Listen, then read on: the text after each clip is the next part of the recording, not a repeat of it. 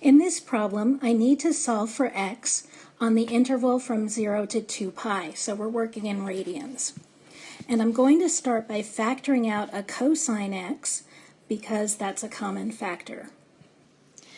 Now I have a product, cosine x times tangent x minus 1.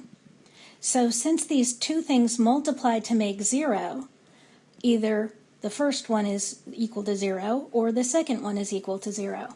So I'll make two separate equations and then solve those.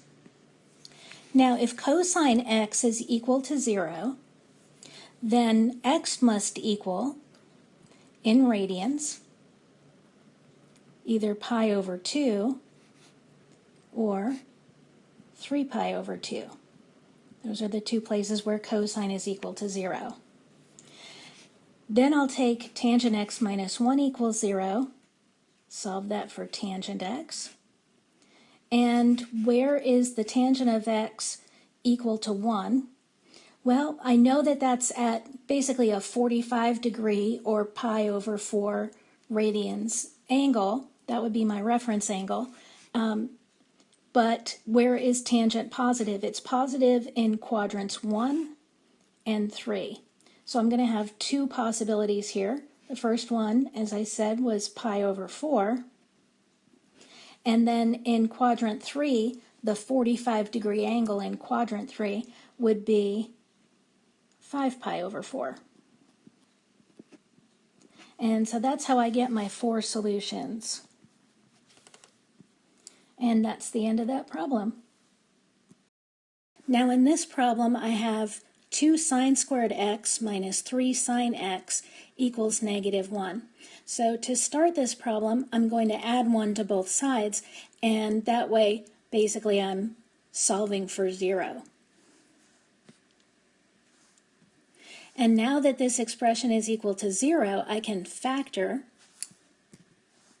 And now again, just like in the last problem, I have a product. I have 2 sine x minus 1 times sine x minus 1 equals 0, so one of them has to equal 0. So I'll set them each equal to 0 and solve them separately. So if 2 times sine x minus 1 equals 0, then I can solve for the sine of x, and that equals 1/2.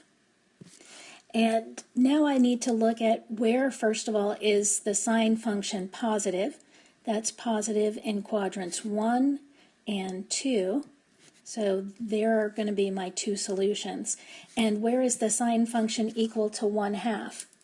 So this means that the y value would be 1, the x value would be square root of 3, square root of 3, because of our 30, 60, 90 triangle.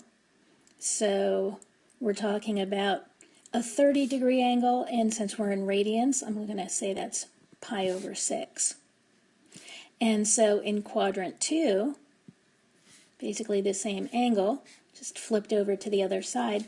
So this is going to be 5 pi over 6.